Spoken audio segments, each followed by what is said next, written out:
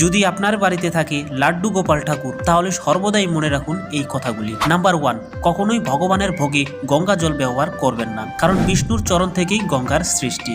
Number 2, কখনোই ভগবান শ্রীকৃষ্ণের পীঠ দর্শন করতে হয় না, কারণ ভগবান শ্রীকৃষ্ণের পিঠে অধর্মের বাস হয়। পীঠ দর্শন করলে আমাদের অধর্ম বাড়ে। সেক্ষেত্রে আপনি ভগবানের পিঠে রাধা নাম লিখিয়ে রাখতে পারেন। ভগবান স্নানের জলটি নিজের মাথায় একটুখানি ছিটিয়ে নিয়ে যে কোনো গাছে বা তুলসী গাছে দিয়ে দিন। স্নানের পর ভগবানের শৃঙ্গার করুন এবং তার সাথে চন্দন, তুলসী পাতা, পুষ্প, আয়না দর্শন অতি আবশ্যক। নাম্বার 3, ভোগ নিবেদনের সময় ভগবানের সামনে ঘন্টা বাজানো অতি আবশ্যক, কারণ ঘন্টা ছাড়া ভগবান ভোগ গ্রহণ করেন না। নাম্বার 4, স্নান না করিয়ে ভগবানকে ভোগ নিবেদন করতে হয় না।